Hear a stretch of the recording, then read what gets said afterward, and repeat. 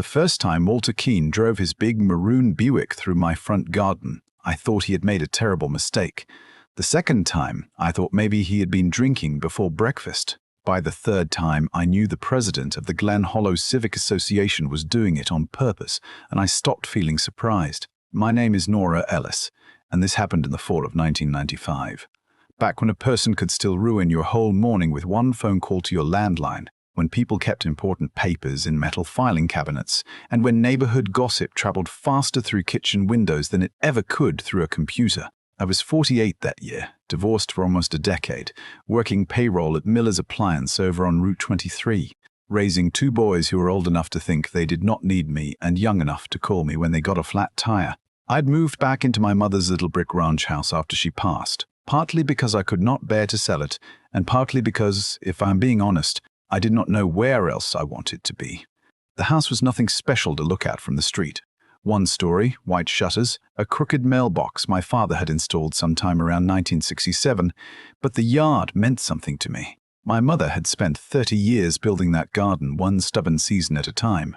Rose bushes along the porch, peonies near the walkway, tomato plants in the back, and a little stone bird bath that had somehow survived every Ohio winter since Nixon was president. When she got sick, she could not kneel in the dirt anymore, so I did it for her. After she died, I kept doing it because it was one of the few things that made the house feel like it still had a heartbeat. Walter knew that. Everybody knew that. Walter Keene knew everything about everybody, or at least he liked to act that way. He had been president of the Glen Hollow Civic Association for 11 years, which was a volunteer neighborhood group with no real legal power, but you would never have known that by the way he carried himself. Walter had a clipboard in one hand and an opinion in the other. He was 62, recently retired from a regional paper company, wore short-sleeved dress shirts even when it was cold, and talked about property values the way some men talk about God. He liked rules because rules gave him a room full of people who had to listen. He had fined people for leaving trash cans out too long, complained about Christmas lights in January, and once sent my neighbor Debbie a typed letter because her teenage son parked his Camaro in the driveway with one tire touching the grass. That was Walter. He could turn a lawnmower into a moral crisis. The first track showed up after a rainy Tuesday night, two wide muddy grooves across the narrow corner of my front yard, right beside the rose beds. At first I figured it was a delivery truck. Then I thought maybe one of the local kids had tried to cut the corner after school. But the next morning, there they were again, deeper this time, right across the same patch of grass. By Friday, one of my mother's roses had been bent flat under the tire marks. That was when I stopped guessing. I stood there in my robe, holding a cup of coffee that had gone cold in my hand, staring at that ruined flower bed. And I remember thinking, somebody is trying to tell me something. The strange part was how careful the driver was about being careless.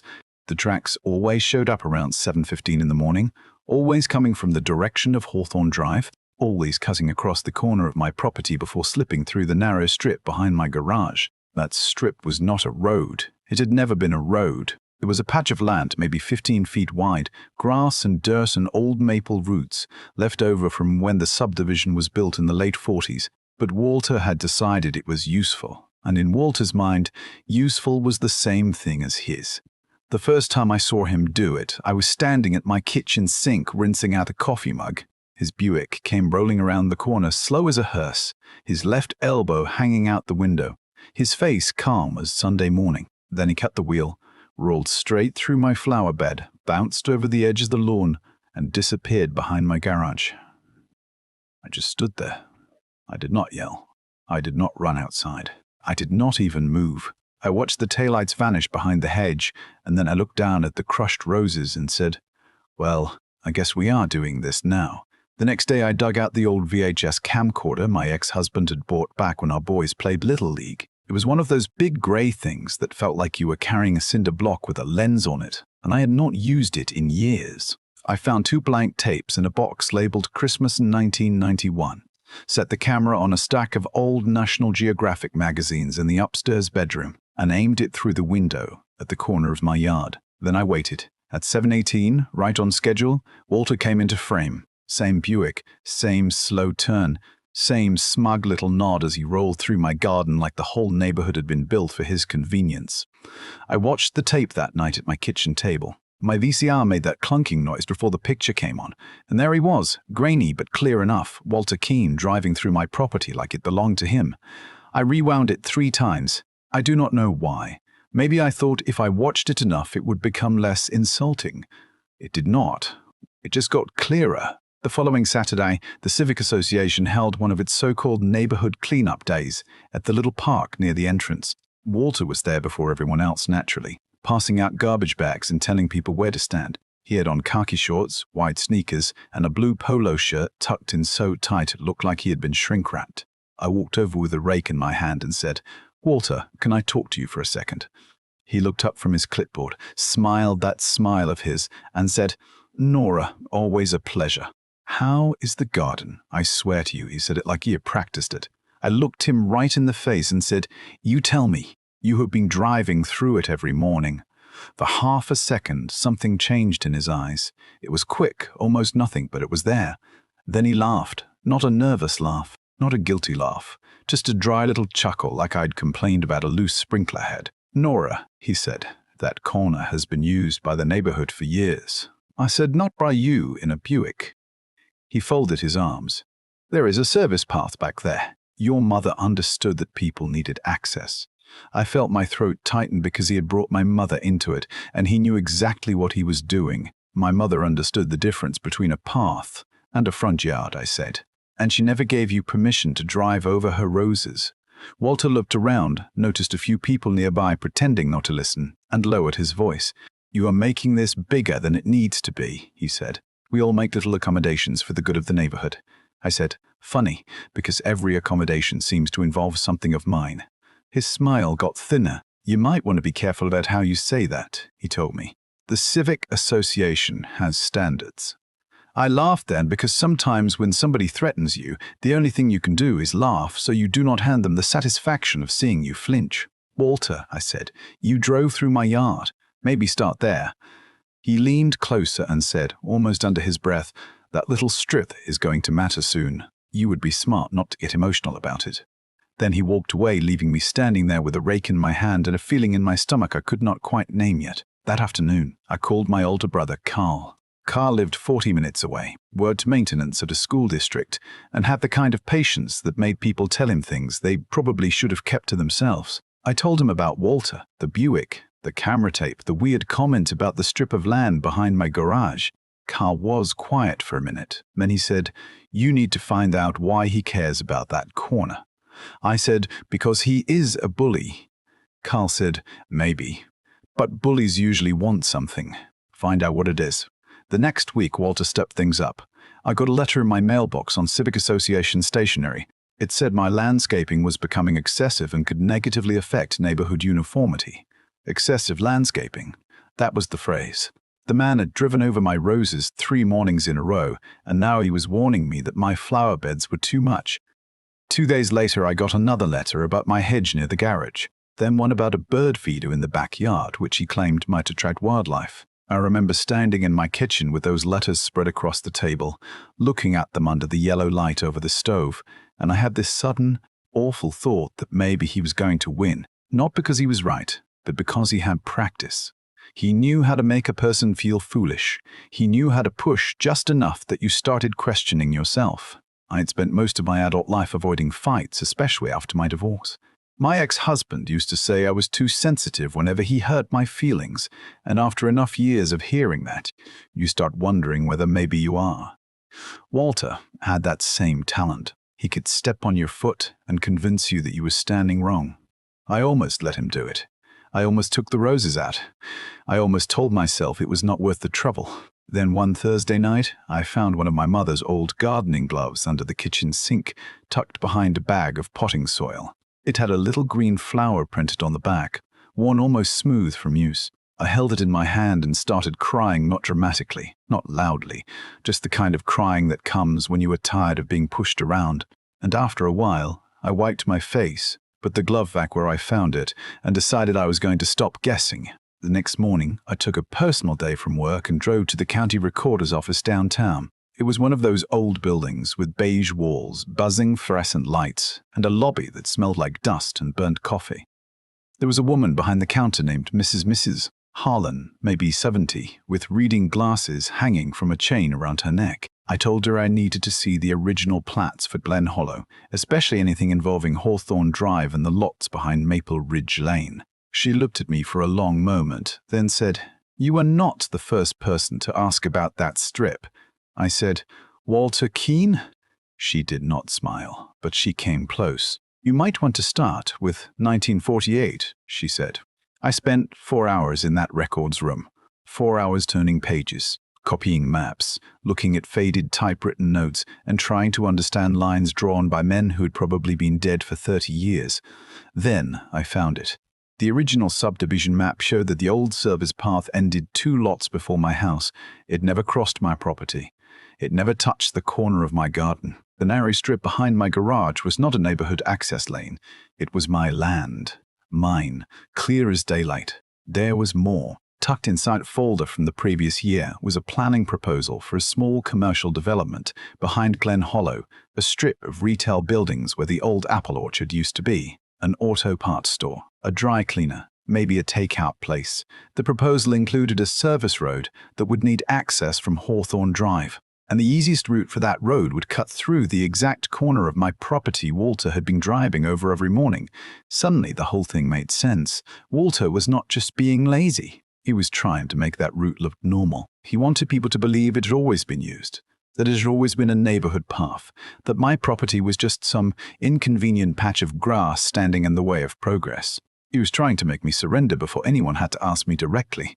I drove home with copies of those maps on the passenger seat beside me, and for the first time in weeks I did not feel angry. I felt calm. Not peaceful exactly, but clear. There is a difference.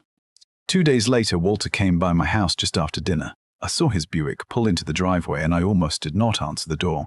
Then I thought, no, you do not get to hide in your own house from a man who has been driving through your yard. So I opened it. He stood there holding an envelope, smiling like we were about to discuss a church raffle. "Nora," he said, "I thought maybe we could have a practical conversation." I said, "I had one of those at the county recorder's office." His smile disappeared just enough for me to notice. He handed me the envelope. Inside was an offer. $1,500 for a permanent access agreement across the corner of my property. $1,500 for my mother's garden. For the front yard my father had mowed every Saturday until he could not stand up straight anymore. For the strip of land Walter had been trespassing on for months. I looked at the paper, then I looked at him. "You have got to be kidding me," I said. He sighed like I was being difficult. "It is unused ground, Nora. The development could improve the whole area. Better stores, higher property values, more convenience." I said, "You mean more traffic?" He said, "I mean progress." I folded the offer in half and handed it back to him. "My answer is no." He did not take the paper right away. "You are being sentimental," he said.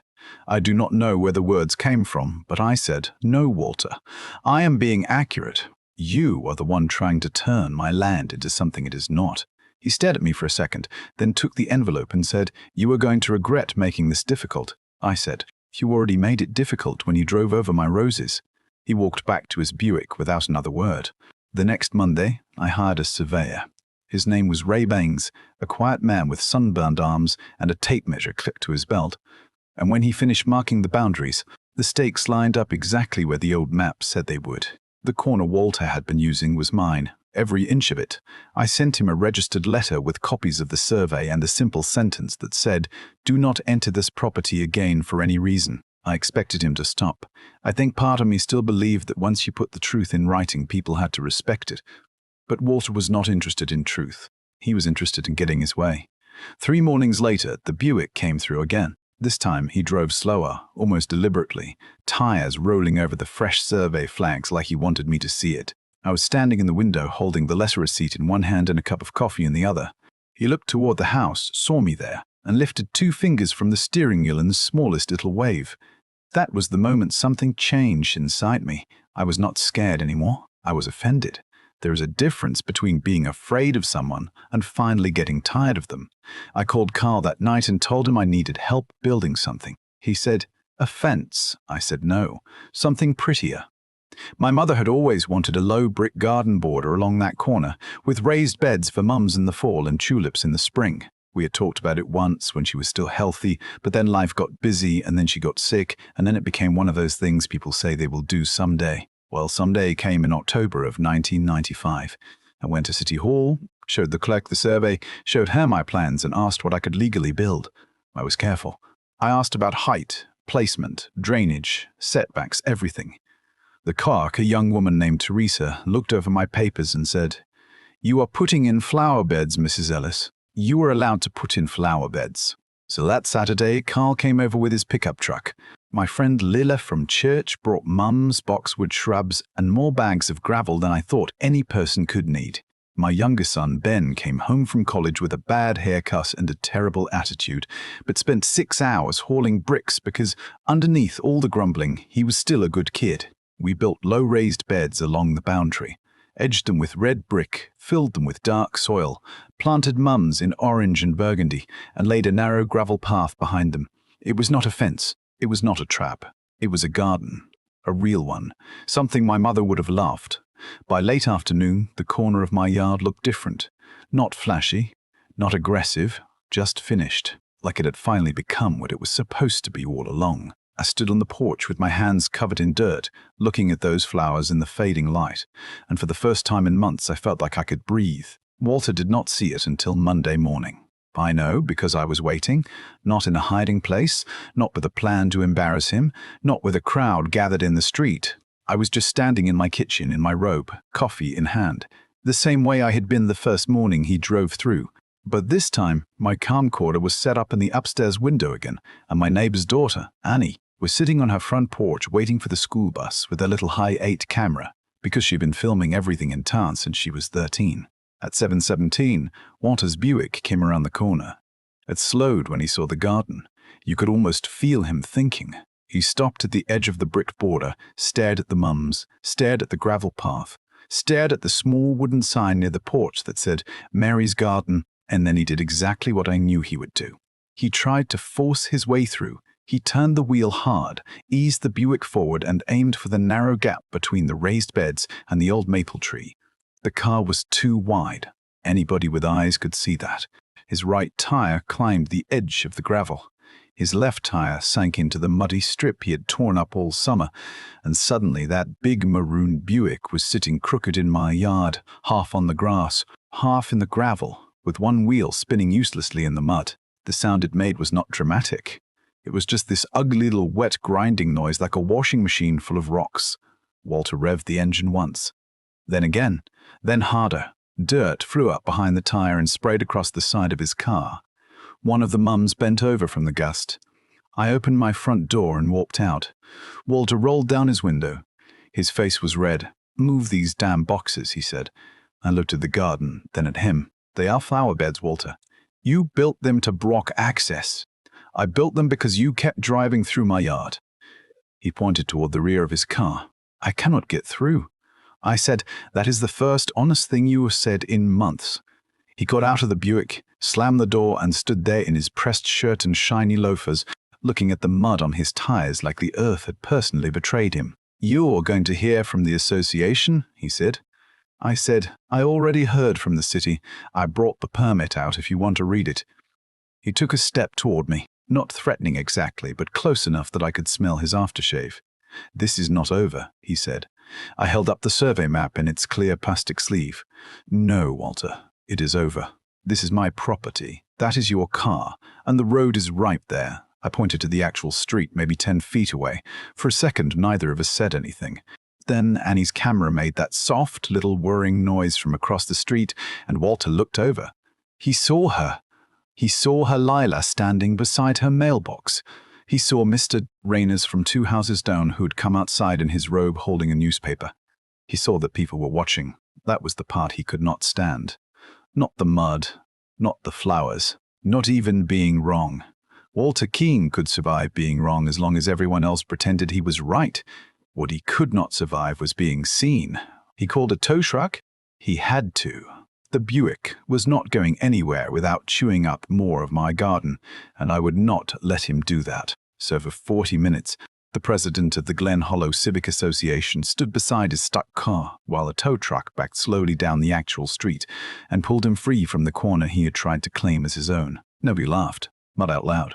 But I saw people trying not to smile, and I will admit, there was a tiny part of me that felt something close to relief. Not joy at his embarrassment. Relief that the whole neighborhood had finally seen what I had been trying to explain.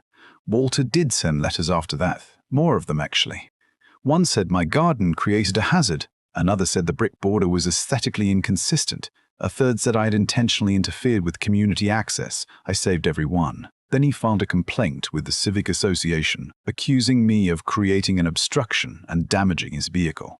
He wanted a hearing. Fine. We had a hearing. It was held in the basement at the Methodist Church on a Thursday night with folding chairs, stale coffee, and a box of powdered donuts nobody touched. Walter stood at the front of the room with his papers stacked neatly in front of him. He looked tired, but he still had that same polished voice. He told everyone I had acted out of spite. He said I had created a dangerous obstacle. He said the route had been used for years. Then he said the garden had damaged his Buick. I sat in the second row with my folder on my lap, and I waited until he finished. When it was my turn, I stood up and placed the survey map on the folding table. I placed the city approval next to it. Then I placed the original 1948 subdivision plat beside that. The room got very quiet. I pointed to the map and said, "This is the old service lane. It ends here. My property begins here." Walter has been driving through my yard because he wants access for a commercial road that has not been approved and may never be approved. Walter interrupted me. That is speculation. I turned toward him and said, "No, this is your planning proposal from last year." I held up the copy from the recorder's office. "Your name is on it." That changed the room. You could feel it. People started looking at each other. Mr. Raines asked Walter if the development had been discussed with the neighborhood. Walter said it was preliminary. Lila asked why he'd been pressuring me to sign an access agreement if it was only preliminary. Walter said I was twisting things. Then Annie's father stood up in the back and said, "My daughter has video." Walter turned around so fast his chair nearly tipped. Annie's father rolled a television cart into the room with a VCR on it, because that was how we did things in 1995. He pushed in the tape, pressed play, and there was Walter's Buick rolling through my garden again and again, day after day, clear enough that nobody could call it an accident. Then came the morning he got stuck. You could hear the room react when the tires spun in the mud. Not laughter exactly, but something close. A few people covered their mouths. One woman near the coffee urn whispered, "Well, I will be damned." Walter stood there with his hands flat on the table. His face had gone pale.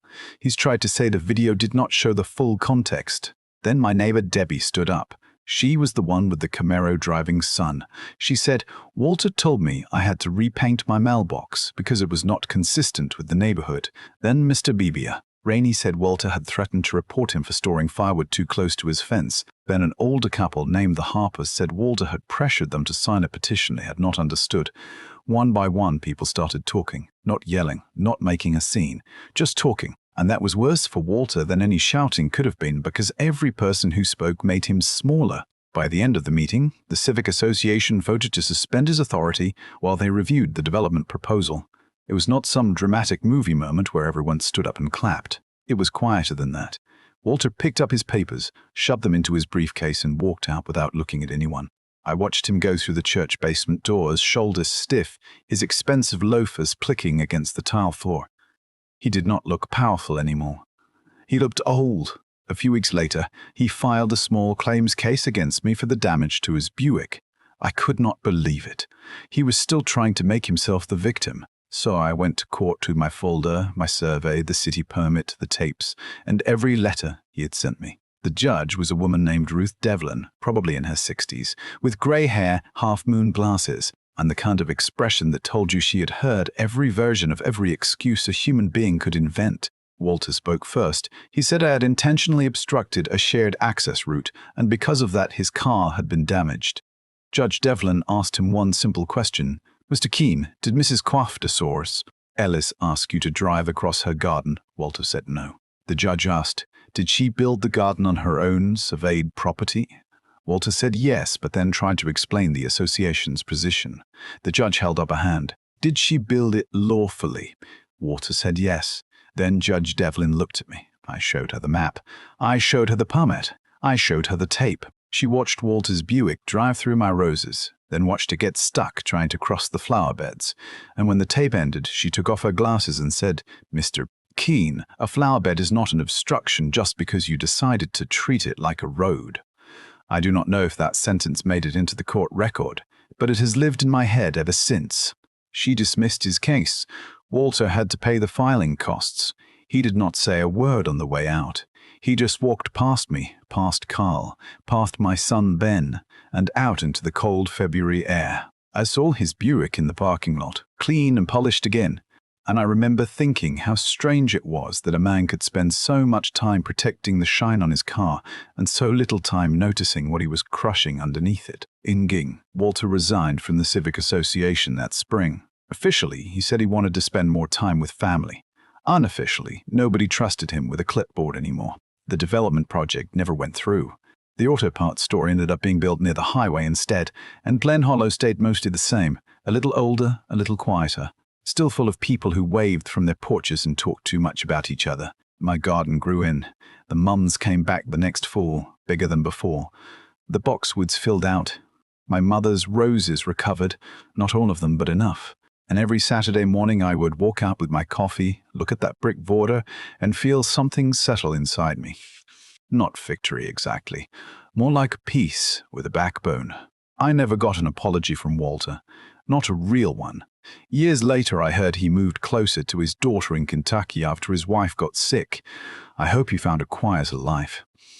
I mean that, but I also hope he remembered that corner of my yard every once in a while, not because I wanted him miserable, but because some people go through life believing every open space belongs to them until somebody finally plants flowers there. I still wonder sometimes if I could have handled it differently. Should I have called the police the first week? Should I have fought harder at that first meeting? Or did I wait too long because, like a lot of women my age, I had been taught that keeping the peace mattered more than keeping my ground? I do not know. What I do know is this. Some fights are not really about dirt, grass, gardens, or property lines. Sometimes they're about whether you are allowed to take up space without apologizing for it. So tell me what you think. Was I right to build that garden and let Walter face the consequences of his own choices, or should I have found a quieter way to handle him? Have you ever had someone in your neighborhood, your workplace, or your family try to make you feel small just because they had a title, a louder voice, or a little more influence? Leave your story in the comments, because I promise you, there is always somebody watching who needs to hear that they are not crazy for defending what is theirs. And if this story reminded you that patience, proof, and a little stubbornness can still beat arrogance, share it with someone who might need that reminder today.